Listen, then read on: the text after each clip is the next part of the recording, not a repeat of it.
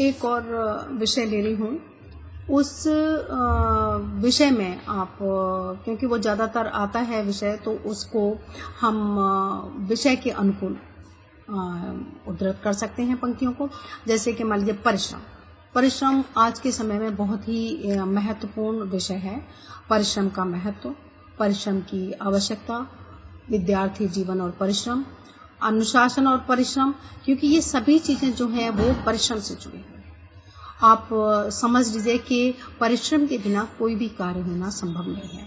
तो इसलिए आजकल इस विषय पर निबंध अक्सर आते हैं, घुमा फिरा कर विषय को परिवर्तित कर दिया जाता है थोड़ा बहुत उधर।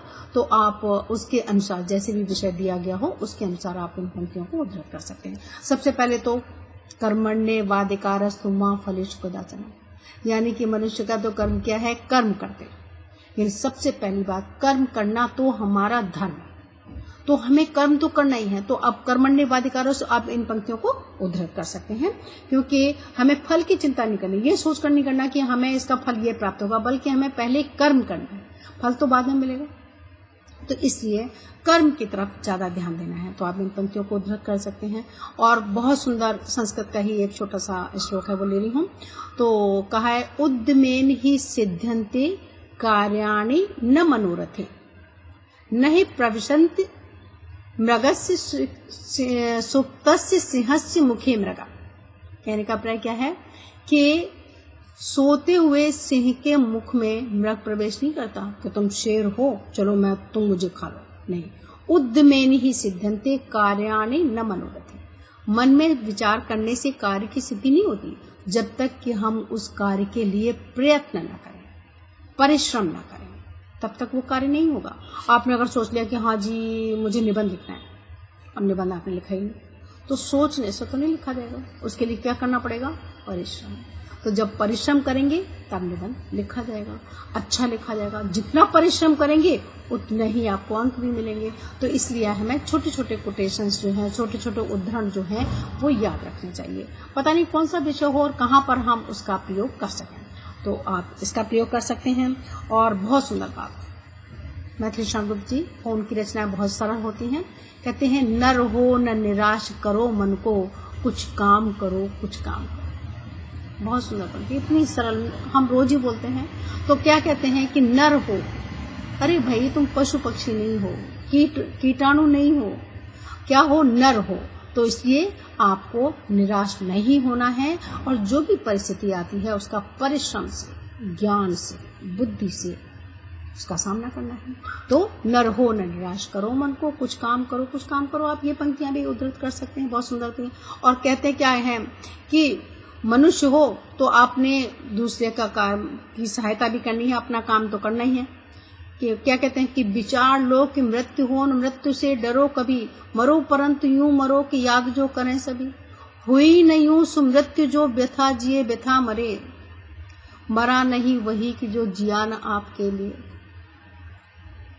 तो आप ये समझिए कि जो जिया नहीं है, आपको काम तो करना ही होगा, और जब तक आप काम नहीं करेंगे तब तक उससे कोई भी फल हमें प्राप्त नहीं होगा। तो इसलिए हम ये जो छोटी छोटी पंक्तियां हैं इनको आप उसमें दे सकते हैं। और बहुत सुंदर जो आप आए दिन सुनते रहते हैं, कहते हैं, कर्म प्रधान विश्व रच राखा, जो जस करिय सो तस फल चाखा। बहुत सुंदर तुलसीदास जी ने कहा, जो गीता में कर्मण्येवाधिकारस्तु, वही बात यहाँ पर तुलसीदास जी कह रहे हैं कि कर्म प्रधान विश्व रच रखा, कि ये सारा संसार जो है वो कर्म के अनुसार चलता है। व्यक्ति जन्म लेता है, एक आप देखते हो कि वह संपन्न परिवार में है, बहुत जो विद्वान है उस परिवार में पैदा होता है, और कोई बहुत ऐसी जगह पैदा हो जाता है जहाँ उसे करने के लिए कुछ नहीं होता, और बहुत ही मनुष्य होते हुए भी बहुत ही घृणित जीवन जीना पड़ता है।